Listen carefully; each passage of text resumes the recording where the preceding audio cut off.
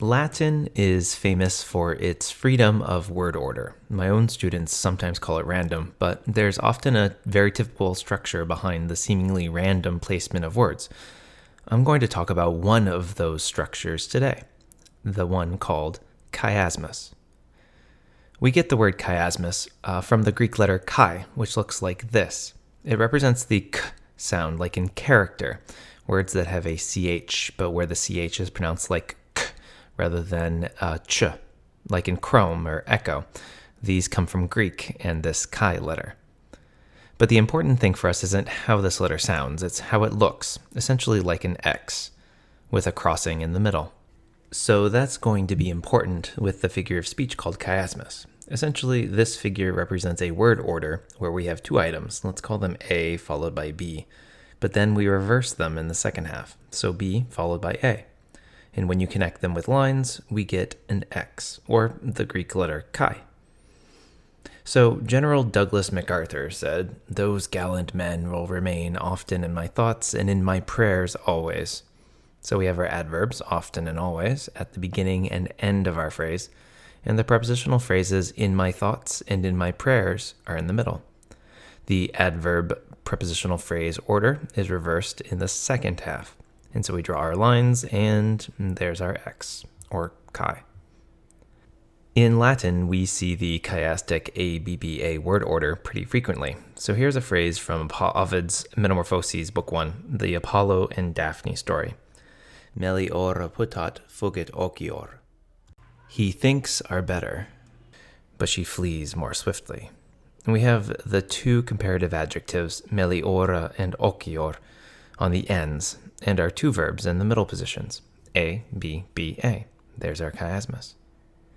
You can also have a chiasmus in Latin with cases and nouns and adjectives. And this is very common. Let's look at a famous line by Virgil. Speluncam dido dux et Trojanos eandem. Book 4, line 165. Dido and the Trojan leader come to the same cave. The verb deveniunt is in the next line, by the way. So speluncam is modified by eandem, and these are our A's, and Dido and Trojanos dux, his name is Aeneas, are the B's, the subject of the verb. So this chiasmus is pretty cool, because Dido and Aeneas are literally inside of the same cave. The chiastic structure of the line reinforces the meaning. Virgil does this several other times, especially with caves. This is from Book 1 of the Aeneid. Aeoliam venet, hic vasto rex Aeolus antro. Vasto modifies antro, and rex Aeolus is our subject, and the verb comes later. But this chiasmus is literally King Aeolus in his huge cave, ABBA structure. Ovid does something similar in this line, Book 3, line 157, where extremo modifies recessu and nemorale modifies antrum. The woodsy cave is literally in the furthest nook of the valley.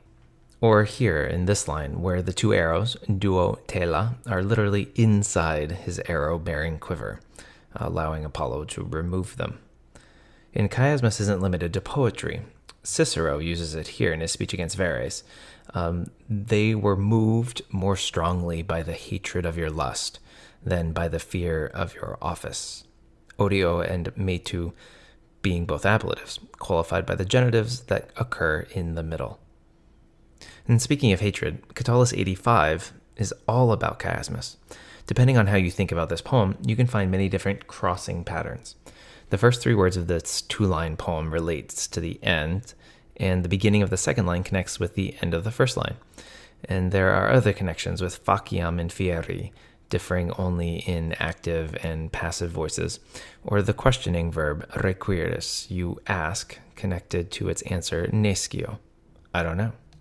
And there's even the last word, excrucior, I am tormented or crucified, relating the actual act of putting someone on a cross with the crossing figure of chiasmus. So what's the force behind chiasmus, and why use it? First off, it's a pretty cool structure, and sometimes poets especially will use it to give some structure to the line. Words need to be put in some order, and if a chiasmus can fit, why not? And that's selling a lot of it short, but it's important to not read into every single chiastic structure. That said, sometimes a chiasmus can be used to illustrate one object inside of another, as we saw earlier with people in caves or arrows in quivers. But then there's also the idea that a chiasmus of ideas can draw attention to a nice contrast between two thoughts. So think about earlier, when Apollo thinks about Daphne, she runs away even more quickly.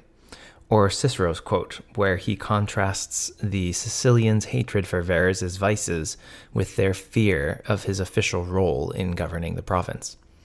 And Catullus in poem 85 is contrasting love and hate, and the bitter torment that this contrast creates. So the chiasmus puts emphasis on things that might otherwise be looked past. And the same goes for the MacArthur quote. It really hammers home the phrases that are part of the chiasmus. Oh, and by the way, you can have a chiastic arrangement of words with a related figure of speech called an antimetabole, where the words themselves are repeated. So Shakespeare's fair is foul and foul is fair does have the X pattern with the words fair and foul, but since the actual words are repeated, rather than grammatical structures and such, the ancients would have classified it differently from a chiasmus. But today we often conflate these two figures, and we're perfectly fine calling fair is foul and foul is fair a chiasmus. So chiasmus, the ABBA arrangement of words. Once you get the hang of recognizing or identifying these, you'll see this type of symmetry everywhere, like in the order of song lyrics, molecules, or even children's books.